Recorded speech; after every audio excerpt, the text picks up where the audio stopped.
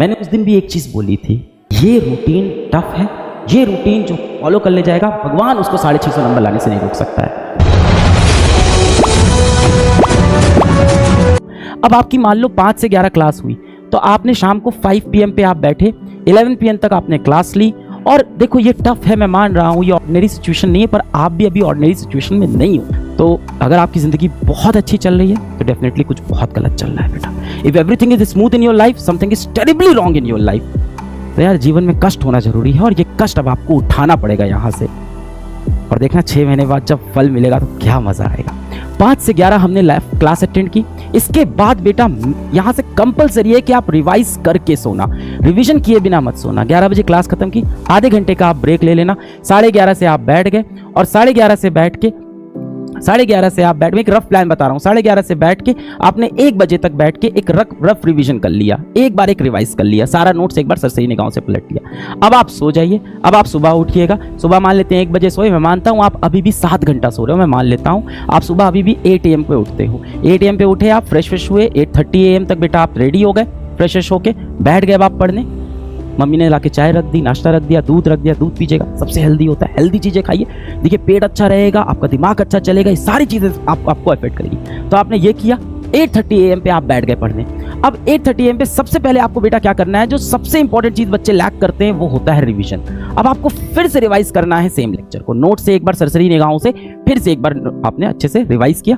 Revise करने के बाद बेटा आपने मान लेते हैं 8:30 AM से रिवीजन शुरू किया, और आपका रिवीजन यहाँ से 8:30 से मैं मान लेता हूँ 10:30 तक चला। 10:30 AM तक आपने 2 घंटा रिवाइज किया, या मैं और लंबा मान लेता हूँ। लेटेस्ट से आपने इसको अब आपको रिवाइज करने में 12 PM हो गया, मान लेते हैं। बढ़िया रिवीजन कर लिया बेटा, इससे ज़्यादा समय तो बेटा नहीं लगेगा, अब तो पूरा रिवाइज हो जाएगा इतनी देर में।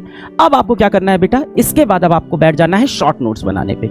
इसके बाद आप बैठ जाओ शॉर्ट नोट्स बनाने पे। लगभग 1 घंटा लगेगा बेटा आपको शॉर्ट नोट्स बनाने में। यहाँ से आप बैठ गए, 12 से लेके 1 PM तक आपने शॉर्ट नोट्स बनाए।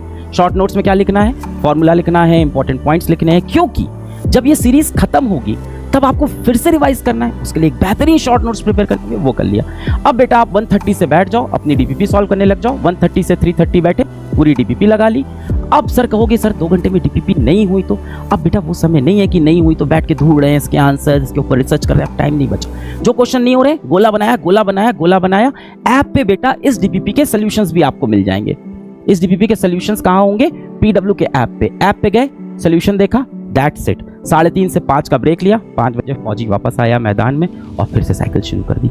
ये रूटीन टफ है, ये रूटीन जो फॉलो कर ले जाएगा भगवान उसको 650 नंबर लाने से नहीं रोक सकता है। No one can stop you from getting 650+, अगर आपने ये रूटीन डेडिकेटेड होके अगर ये आपने फॉलो कर लिया। अब ये फॉलो सबसे होगा नहीं। मैंने उस दिन भी एक चीज बोली थी कि जीवन में 2 ही व्यक्ति सक्सेसफुल होते, 2 ही तरह के लोग सक्सेसफुल होते हैं। अगर आपको जीवन में सफलता चाहिए तो 2 चीजों का बहुत बड़ा रोल होता है, या तो आपकी अच्छी किस्मत हो, या तो आपके पास कड़ी मेहनत हो। अच्छी किस्मत बेटा सबकी होती नहीं, और कड़ी मेहनत बेटा सबसे होती नहीं। मिडिल क्लास के बच्चे हो आप लोग, मिडिल क्लास के बच्चों के लिए बहुत सारी सुख सुविधाएं हैं नहीं, अपना रास्ता मिडिल क्लास के बच्चे को खुद बनाना होता है। संडे इसमें आपको फ्री मिलेगा, और संडे होगा बेटा आपका टेस्ट। तो संडे आपको बैठ के रिवाइज करना होगा, पूरी चीज रिवाइज की। अब देखो यहाँ पे क्या चीज यूजफुल होगी ना, अब संडे को रिवाइज कहाँ से करोगे आप? यहाँ से।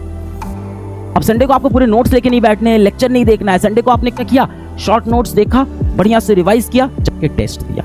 कोई बात नहीं, टेस्ट में 200 नंबर आ रहे हैं, देते रहो।